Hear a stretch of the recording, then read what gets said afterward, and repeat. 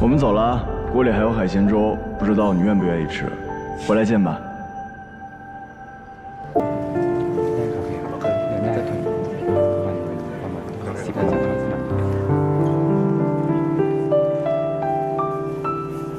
知道你的心情，但你也要理解德啊。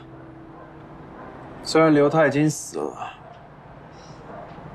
但从各方面来看，目前他是最有嫌疑的一个人选。既有作案手段，作案时间，他和吉拉宇之间也有矛盾，尤其是作案工具是他的。越是这样，我越觉得奇怪。别说，我也有这种感觉。如果非要在这个范围让我选一个的话，我会选唐教授，也许还有他的夫人。不可能，那不就更奇怪了？你先听我说完。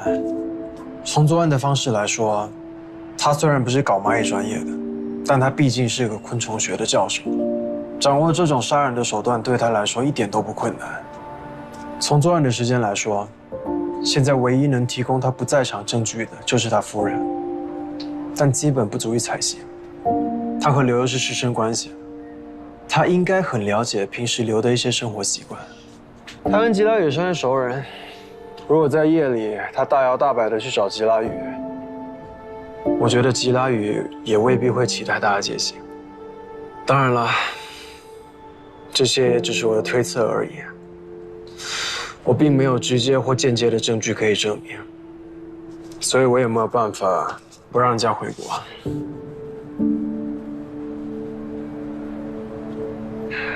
但现在实在让我想不通的是，他为什么要杀吉拉宇？就像德说的，一个堂堂的昆虫学教授，为什么要杀一个八竿子打不着的吉拉宇？就是啊，我就是这么想。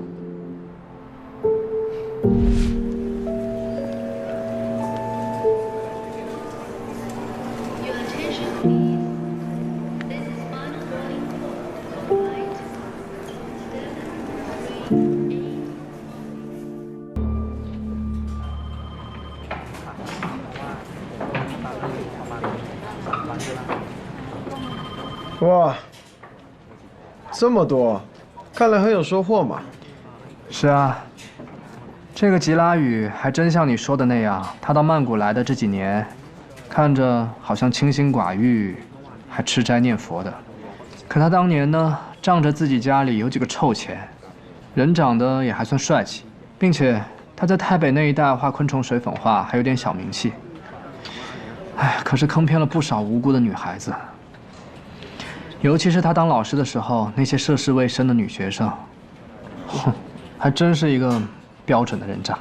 哼，真是老天有眼啊！啊，替我跟外调的那些兄弟们说声辛苦。好，警长，我还以为你去机场送人了。要不是因为你跟我说吉拉宇这边有新的情况，我还真的就去送了。警长，我感觉这些人都不会再回来了。要真是这样，怎么办？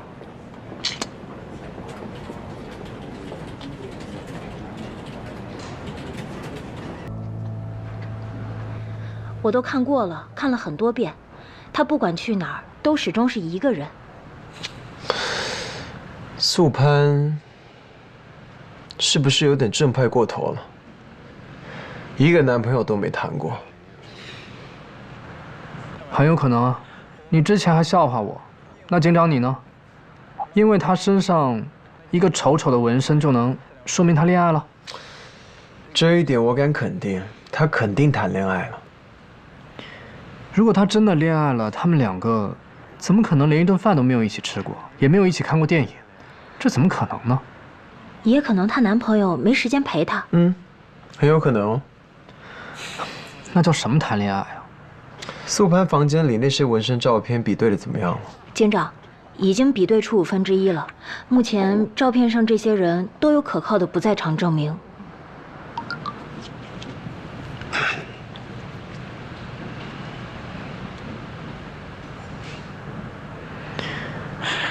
景天到了。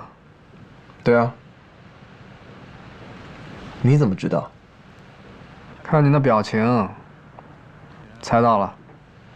警长，有新情况。走，谢谢啊。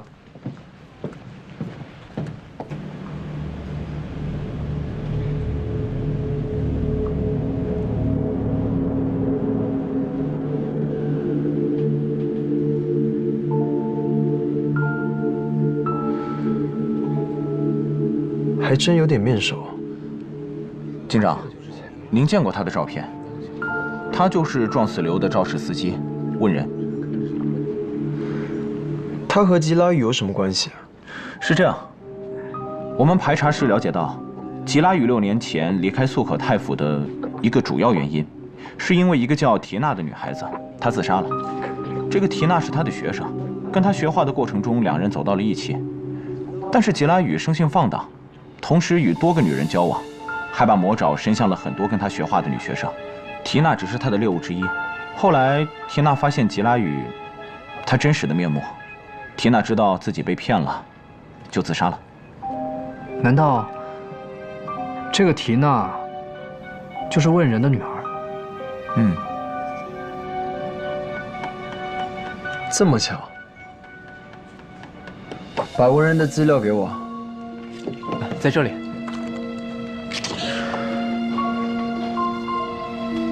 问仁是吉拉宇所在学校的计算机系的老师。女儿自杀后，他伤心欲绝，在生活上也一蹶不振，然后就离职了，离开了学校。5年前，他从素可泰府来到了曼谷，一直自己一个人生活，没有固定职业。吉拉宇死的那天，他在哪里？他一整晚都在那个梅南夜市给老板帮忙。他经常在那一带打零工，当晚能给他作证的人有很多。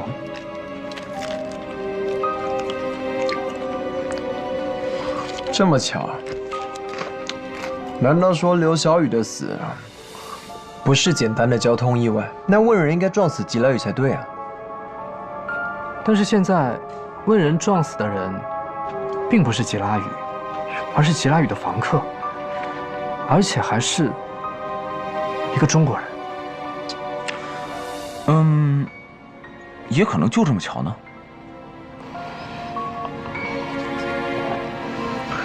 那这未免也太巧了吧？要不我们干脆把问仁抓来问问。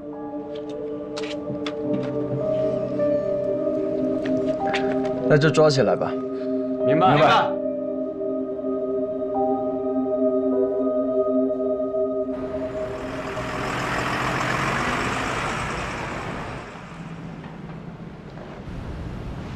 你有个女儿叫缇娜是吗？说。是。你认识吉拉宇吗？认识。你知道他在哪吗？不知道。他死了。他死了？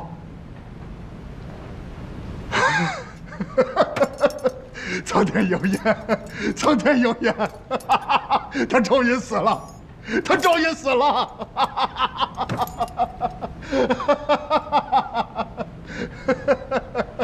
你不关心他是怎么死的吗？对，他怎么死的？是谁杀死的？是被毒蚂蚁咬死的。咬得好，咬得好，他死得越惨越好，越惨越好。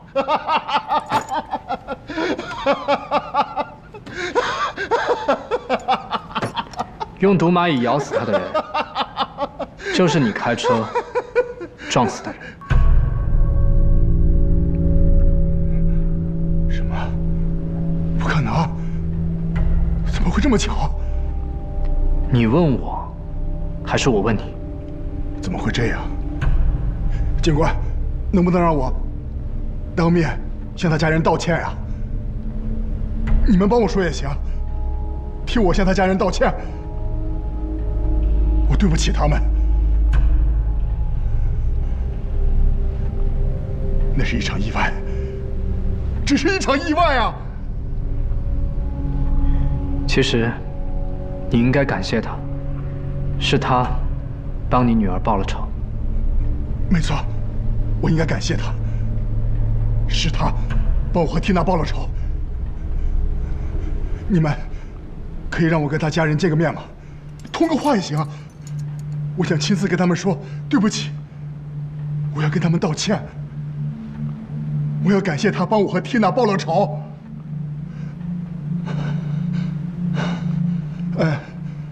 或者我先感谢，后道歉。不，还是要先道歉，后感谢。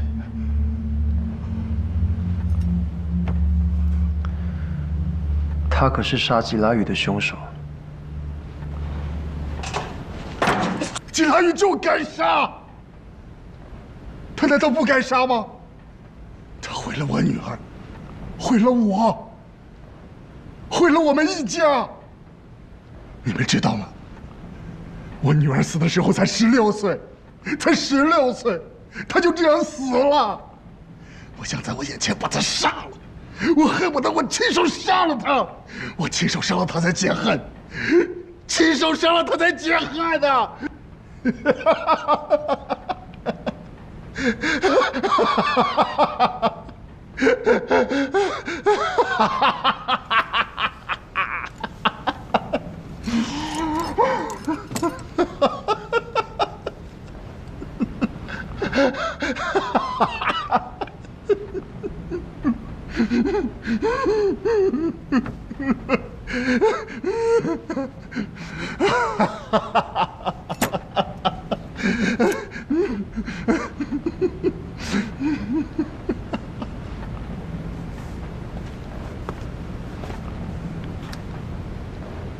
看来这个问人没什么问题。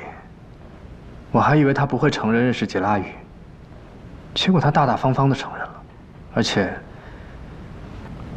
他也并不知道吉拉雨死了。太巧了，这实在是太巧了。也有可能就是这么巧呢。再说，如果他知道是刘小雨杀了吉拉雨，他应该感谢刘小雨才对啊，总不会把他给撞死吧？还是太巧了，真的太巧了。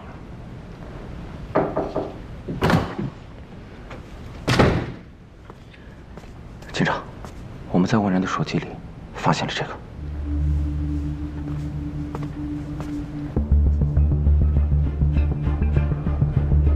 他手机里怎么会有这种东西？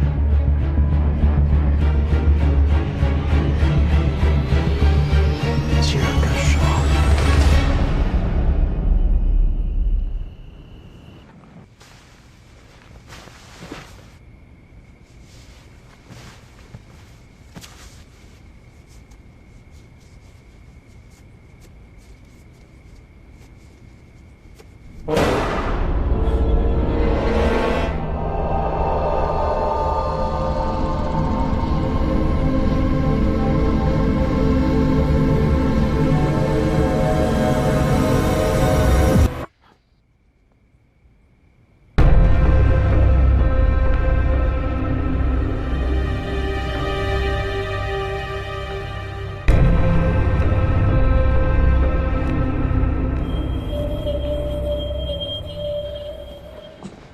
金玲，哎，我先出去，这个交给你了。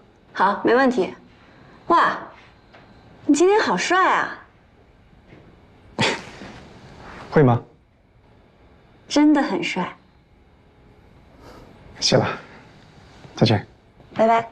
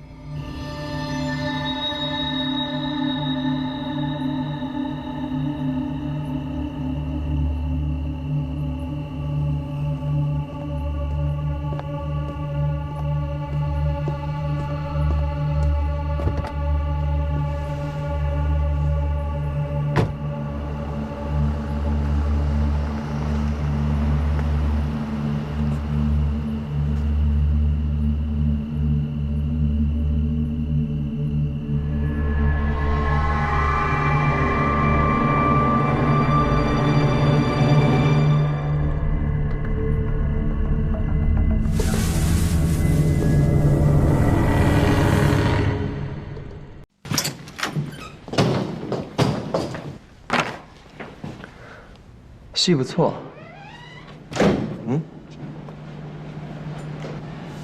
骗得我一愣一愣的。下次你在撒谎之前，记得先把屁股擦干净。这手机是你的吧？你给我好好看看，好好看看。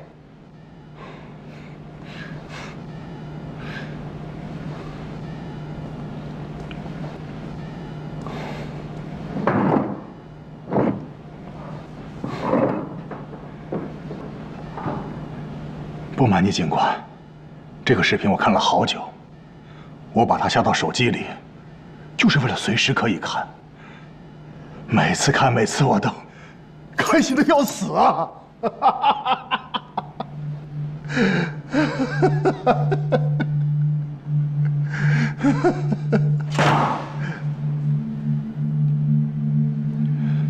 那你跟我说说，到底怎么回事？我也不知道。这个视频是有一天在我的邮箱里突然发现的，我也不知道是谁发给我的。我回复了对方，对方没有回消息了。你们可以去查啊。靠！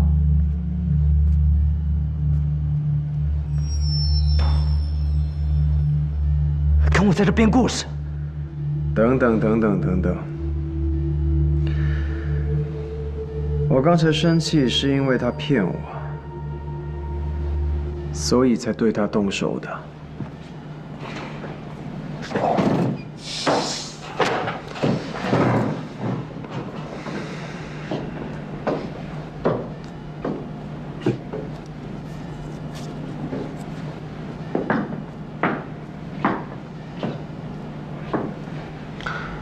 我向你道歉。真要说起来，人家才是真正的受害者。心爱的女儿缇娜，如花似玉，被吉拉宇这个杂种给害了。又是自杀的。法律根本没有办法惩治吉拉宇。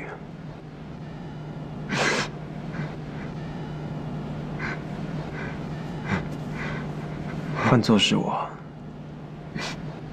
如果我不是警察，我也一定会想办法去找吉拉宇报仇雪恨的。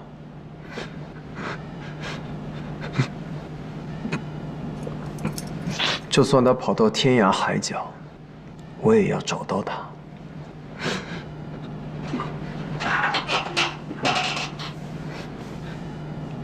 吉拉宇他是罪有应得，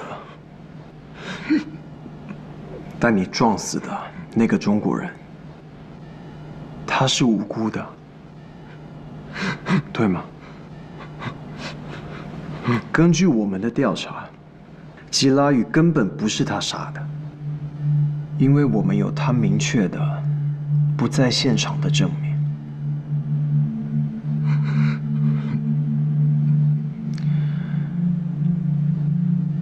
你撞死的是个无辜的人，他和缇娜一样，他们都是无辜的受害者。他的父母来过了，他们和你一样。也只有这一个孩子，因为你，他们白发人送黑发人，和你一样，也要孤老于手。不可能，是他杀的，就是他杀的。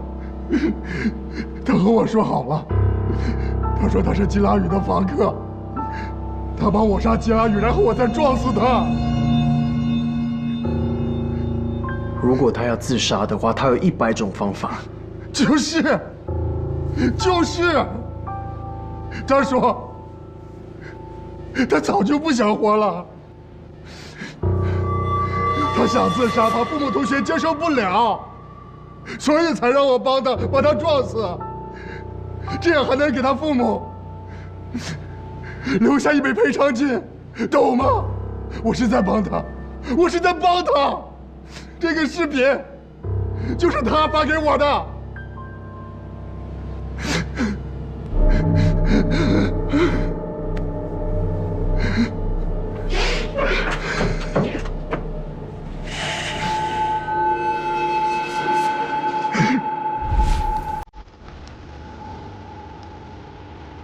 听他出事之后，金来宇就跑了，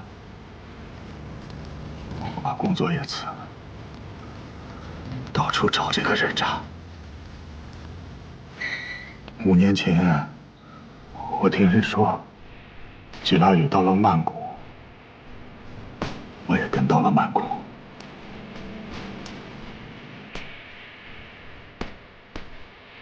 这5年来，白天我找遍了曼谷的每一个角落，晚上曼谷所有的夜市我都打过零工。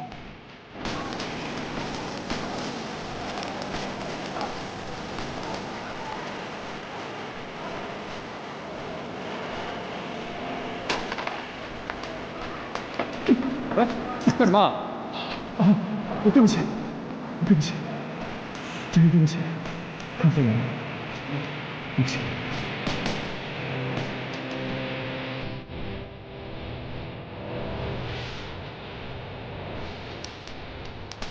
哎，你在干嘛？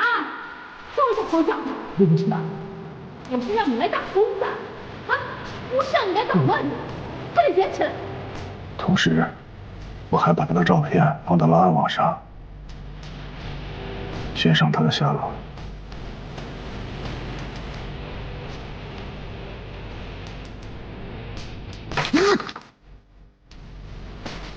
可是5年下来，我始终一无所获，担心我快坚持不下去了。我已经做好了去找缇娜的准备。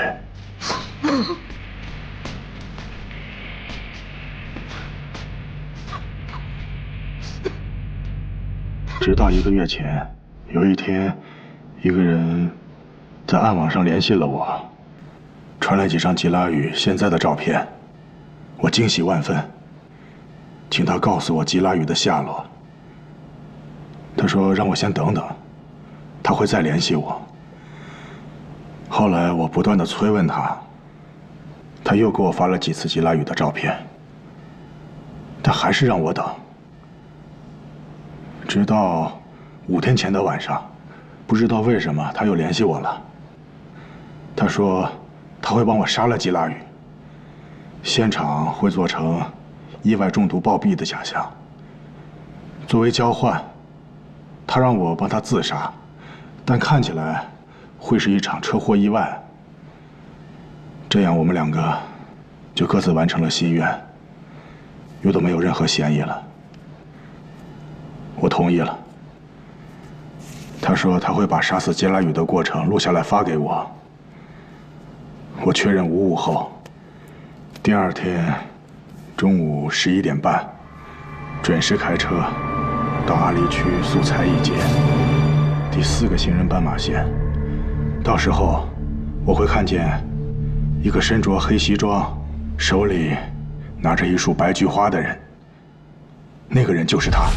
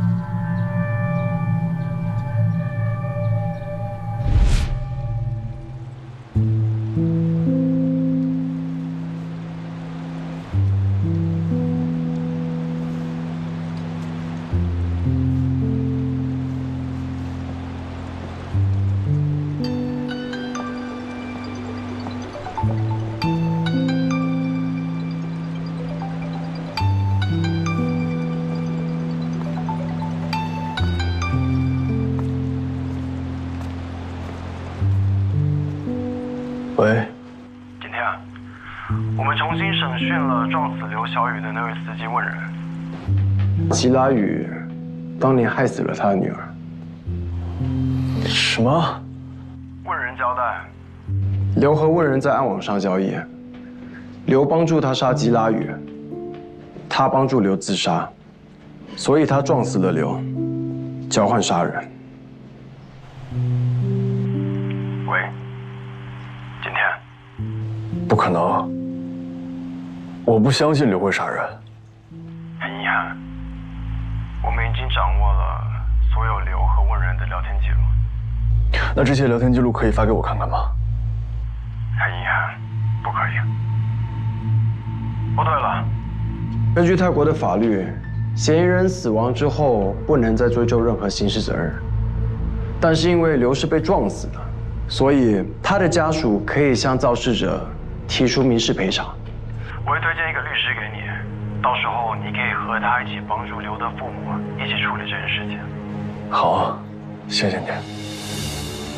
但是我相信，刘不是嫌疑人。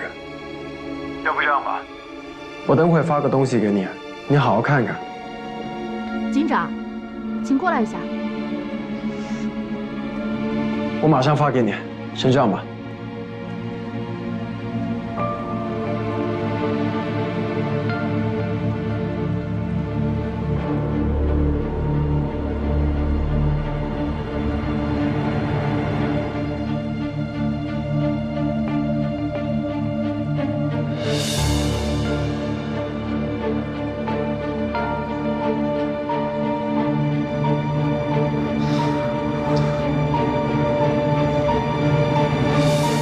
一，凶手熟悉蜜蜂的习性；二，凶手知道死者是红绿色盲，分不清红色和绿色；第三，凶手知道死者最近是被蜜蜂蛰过。这3点可以用一句话概括，就是凶手对死者是非常的熟悉，或者是认真研究过。第4点呢，凶手在林梅蜂房出现过，并没有惊动任何人。第5点，我推测，我只是推测啊，死者死得这么惨，那么凶手对死者仇恨是非常大。尸体的解剖结果呢，也证明了景天的判断，死者呢也是因为蜂毒超敏反应死的。这几点基本上可以给凶手画像。第1点不好说，但2、3、4点，我觉得最符合的就是死者的新婚妻子孔雪了。啊，可能第5点也同样符合，是咱们还不知道而已。毕竟以死者的年纪，都给他当爹的了。你这是偏见。他倒是有可能。不过你们的这个思路啊，就是属于抖机灵的思路，这是偷懒的思路啊。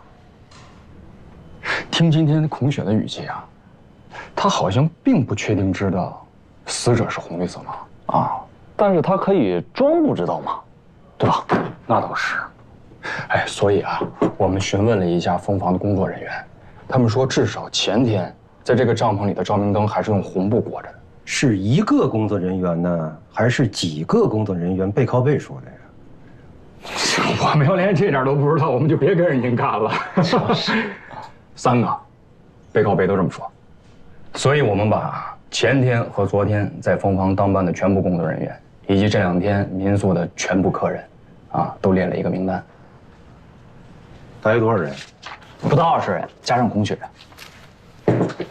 当然咱们排查范围肯定要比这个名单大。我们正在排查这2天没有留宿但出入过这里的人。哎，蜂房里边有没有监控？有，但都是对着死者那些蜂巢雕塑作品的，而且视角都很窄，应该只是为了死者方便观察蜂巢进度的。另外，办公区和民宿的监控录像还在排查当中，是吧？是的。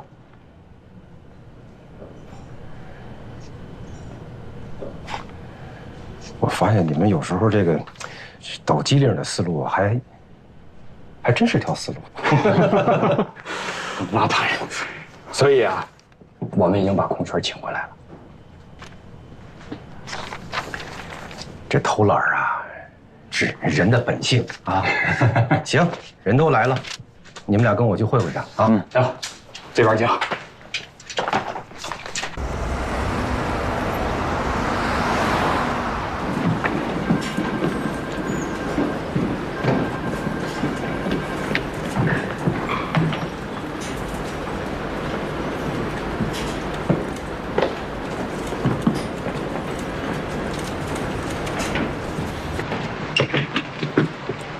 警长好，什么情况？你看一下这个。这是刘小雨房间放蚂蚁的培养箱吧？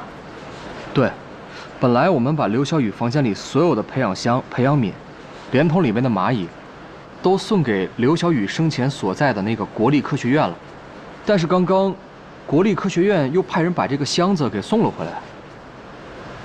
为什么？你们看这里。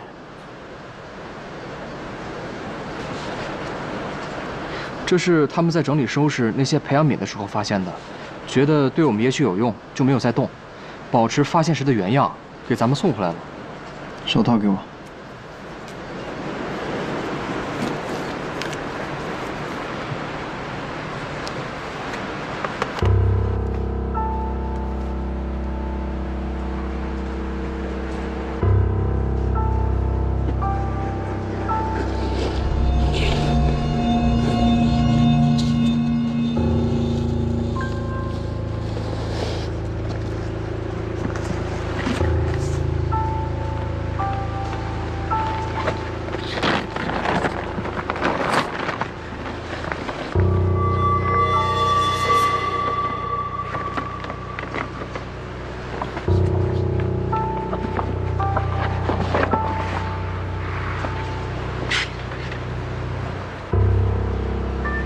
写的是什么？不知道。你不是华裔吗？这是论文，很专业的论文，懂吗？我只知道，这上面写的是中文。废话，有一个人肯定知道。对啊。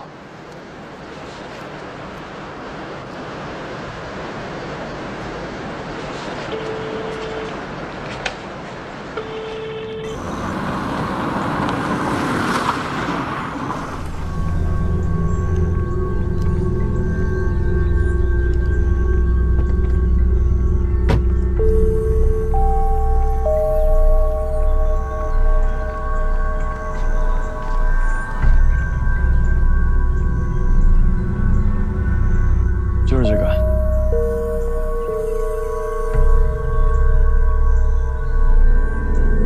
这是一篇昆虫细胞工程学的论文，应该是和鳞翅目昆虫有关。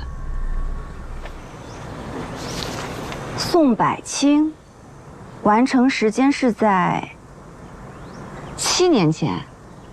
刘小雨把它埋在蚂蚁培养箱的沙层里，他很显然是在保护，甚至在隐藏这篇论文。我想起来了，难怪师兄会那么说。这么多蚂蚁，为什么不放在实验室呢？放在家里，万一跑了怎么办？就是怕他们跑了再放家里呢，睡觉都得看着他们。景天说的对，师兄一定还有很多话还没有说。我会把刘小雨留下的所有遗物重新再检查一遍，看看会不会有什么新的发现。好的，这个我会发给景天，也许对他更有帮助。这我可没听见啊，我什么都没有听见，我只是过来请你帮我翻译，翻译完之后你尽快给我归档吧。你长得帅，你说的都对。走了，拜拜。哎，这个，你帮我跟景天说一下，我已经帮刘小雨的父母找好了律师，他们随时可以向问人提出民事赔偿。好的，谢谢。走了。拜拜。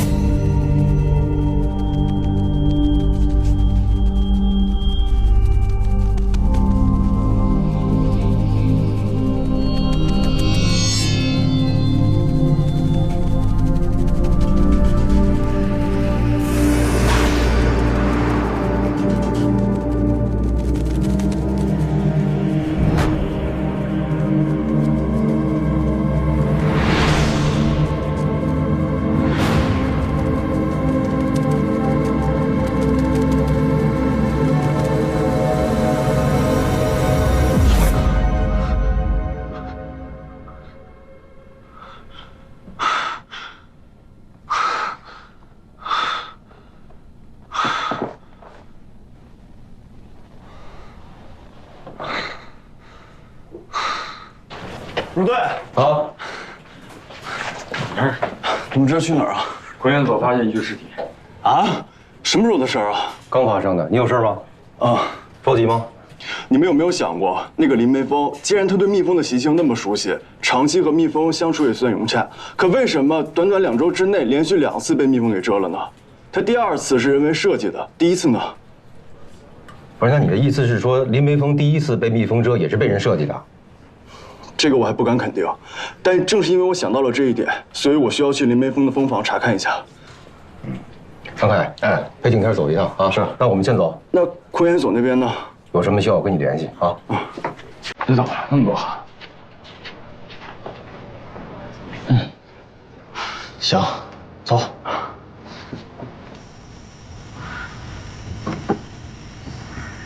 哦，小心点哦。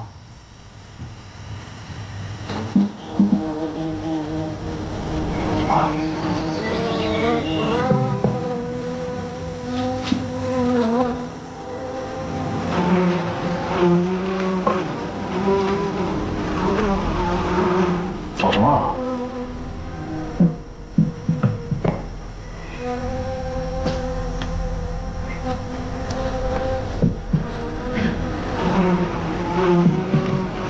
还有啊。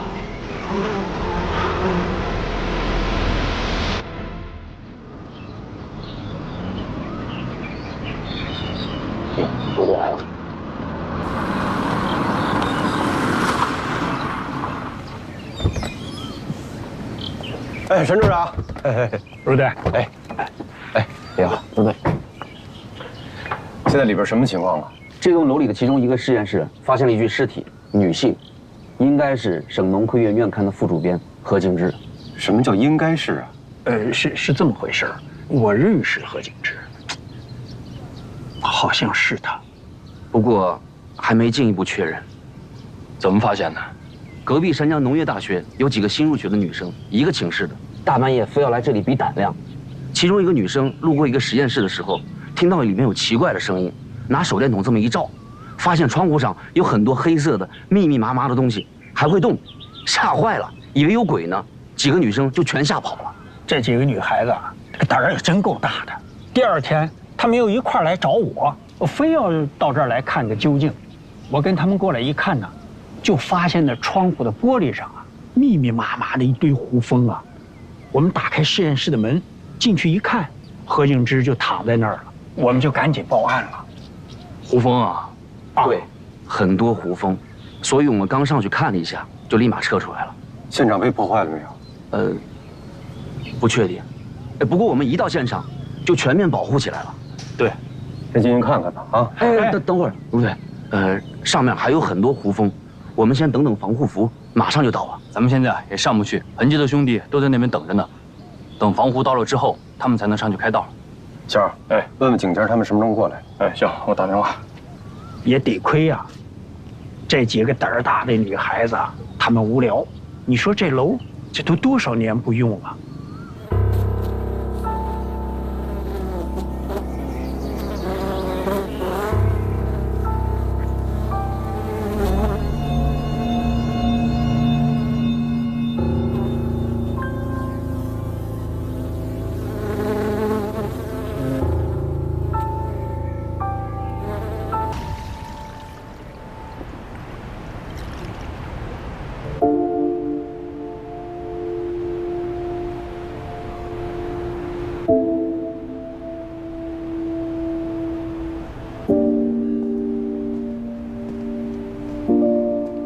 哎，你怎么在这？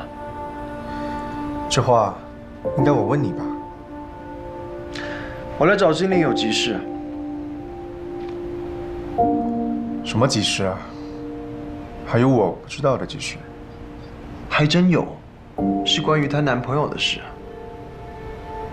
她有男朋友？你们没见过吗？也在泰国？对啊，刚回国。是一个中国人，还帮我们破了几个案子。我好像听说过。不服吗？会让你服的，这是我的经验。你还没告诉我，你怎么会在这？我忘记带实验室钥匙了。我过来这里是找精灵取钥匙的，不过主要还是为了请他吃饭。那真是巧了，我也要请他吃饭，那一起吧，咱俩 AA， 不会占你便宜的。柴，有没有人说过你很令人讨厌？讨厌我的人有很多，但暂时还轮不到你。走吧。